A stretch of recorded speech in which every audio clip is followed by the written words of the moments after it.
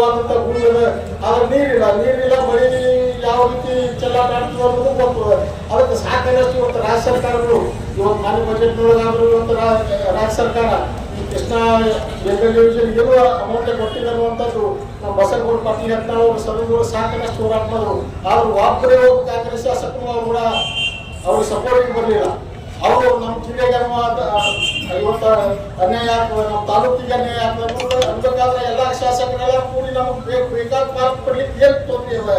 ಇವತ್ತು ಯಾಕೆ ರಾಜಕಾರಣ ಮಾಡ್ತಾರೋ, ನೀರಾವರಿ ರೈತರ ವಿಷಯದಾಗೆ ಮಾಡ್ತಾರೋ, ಹುಡುಗರ ಮಾಡಂಗಿಲ್ಲ. ಇವತ್ತು ನಮ್ದು ಏನಿಲ್ಲ. ಇವತ್ತು ನಾವು ಈ ಒಂದು ವೇದಿಕೆ ಮುಖಾಂತರ ಹೇಳ್ತೀನಿ, ನಾವೆಲ್ಲರೂ ಕೂಡ್ಕೊಂಡಿದ್ದೀವಿ. ಇಲ್ಲಿ ಕೂಡ ಇವತ್ತು ಅಭಿವೃದ್ಧಿ ಪಾಟೀಲ್ ಇರ್ಬೋದು, ಹನುಮಂತರಾಗೌಡ ಇರ್ಬೋದು, ಎಲ್ಲ ಇವತ್ತು ನಮ್ಮ ಸಿದ್ದು ಅನೇಕ ಮುಖಂಡರು ಯೋಸು ಎಲ್ಲರೂ ಅನೇಕ ಮುಖಂಡರು ಎಷ್ಟೋ ಜನರಿಗೆ ಗೊತ್ತಿಲ್ಲ. ಎಷ್ಟೋ ಜನರಿಗೆ ಒಂದು ಬಾಧ್ಯತೆಗಳು ಪಾಲ್ಗೊಳ್ಳೋದಿದ್ರು. ಆದ್ರೆ ಮುಂದಿನ ದಿನಮಾನ ಸರ್ಕಾರ ಇದಕ್ಕೆ ಸ್ಪಂದಿಸಿ ಒಂದು ಕ್ರಮಕ್ಕೆ ಹೇಳುವುದಂದ್ರೆ ಮುಂದಿನ ದಿನಮಾನದಾಗ ನಾವು ಆಲ್ಮಟ್ಟಿಗೆ ಒಂದು MD ಆಫೀಸ್ನಲ್ಲೂ ನಾವೆಲ್ಲ ಪಾದಯಾತ್ರೆ ಮಾಡಬೇಕಾಗ್ತದೆ. ತಾವೆಲ್ಲರೂ ಸಹಾಯ ಸಹಕಾರ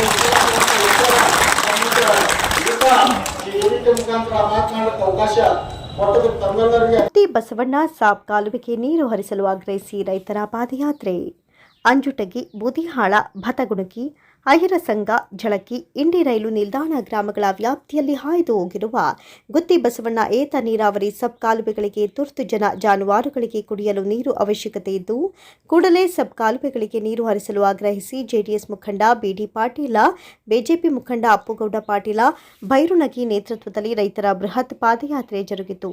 ಪಾದಯಾತ್ರೆ ಇಂಡಿ ರೈಲು ನಿಲ್ದಾಣ ರಸ್ತೆಯ ಶ್ರೀ ಅಂಬಾಭವಾನಿ ದೇವಸ್ಥಾನದಿಂದ ಹೊರಟು ಶಿವಾಜಿ ಸರ್ಕಲ್, ಮಹಾವೀರ ಅಂಬೇಡ್ಕರ್, ಬಸವೇಶ್ವರ ವೃತ್ತದ ಮೂಲಕ ನಡೆದು ಮಿನಿ ವಿಧಾನಸೌಧ ತಲುಪಿತು.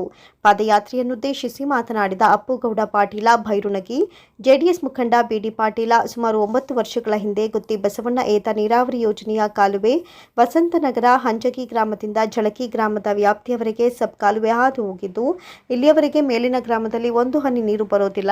ಸುಮಾರು 9 ವರ್ಷ ಕಳೆದರೂ ನಮ್ಮ ಭಾಗದ ರೈತರು, ಸಾರ್ವಜನಿಕರ ದುರಾದೃಷ್ಟ, ಇಲ್ಲಿಯವರೆಗೆ ನ್ಯಾಯ ಸಿಕ್ಕಿಲ್ಲ. ಈ ವ್ಯಾಪ್ತಿಗೆ ಬರುವ ಎಲ್ಲಾ ಬಾವಿ, ಬೋರು ಬತ್ತಿ ಹೋಗಿವೆ ಹಾಗೂ ಈ ಭಾಗದಲ್ಲಿ ನೀರಿನ ಯಾವುದೇ ಮೂಲ ಸೌಕರ್ಯ ಇರೋದಿಲ್ಲ. ಈ ಭಾಗದ ರೈತರ ಬದುಕು ತುಂಬಾ ಕಷ್ಟಕರವಾಗಿದೆ. ರೈತರು ಹಲವು ಬಾರಿ ಮನವಿ ಮಾಡಿದರೂ ಕೂಡ ಯಾವುದೇ ಪ್ರಯೋಜನ ಆಗಿರುವುದಿಲ್ಲ. ಕೂಡಲೇ ಈ ಭಾಗದ ರೈತರ ನೋವನ್ನು ಆಲಿಸಿ ಸರ್ಕಾರ ಕೂಡಲೇ ಈ ಭಾಗದ ರೈತರ ಧ್ವನಿಗೆ ಸ್ಪಂದಿಸಿ ಕಾಲುವೆಗೆ ನೀರು ಹರಿಸಬೇಕು ಅಂತ ಒತ್ತಾಯಿಸಿದ್ರು. ನಂತರ ತಹಶೀಲ್ದಾರ್ ಬಿಎಸ್ ಕಡಕಭಾವಿ, ಕೆಬಿಜೆಎನ್ಎಲ್ ರಾಂಪುರ ಅಧೀಕ್ಷಕ ಅಭಿಯಂತರ ಮನೋಜಕುಮಾರ ಗಡಬಳ್ಳಿ ಅವರಿಗೆ ಮನವಿ ಸಲ್ಲಿಸಿ ಧರಣಿ ನಡೆಸಿದರು. ಪಾದಯಾತ್ರೆಯಲ್ಲಿ ಬಿಜೆಪಿ ಮುಖಂಡ ಹನುಮಂತರಾಯಗೌಡ ಪಾಟೀಲ, ಅಂಜುಟಗಿ ಸೇರಿದಂತೆ ಅಂಜುಟಗಿ, ಬೂದಿಹಾಳ, ಬತಗುಣಗಿ, ಅಹಿರ ಸಂಘ, ಝಳಕಿ, ಇಂಡಿ ರೈಲು ನಿಲ್ದಾಣ ಗ್ರಾಮಗಳ ರೈತರು ಪಾಲ್ಗೊಂಡಿದ್ದರು. ಪೂರ್ವಿ ಉದಯ ನ್ಯೂಸ್, ಇಂಡಿ.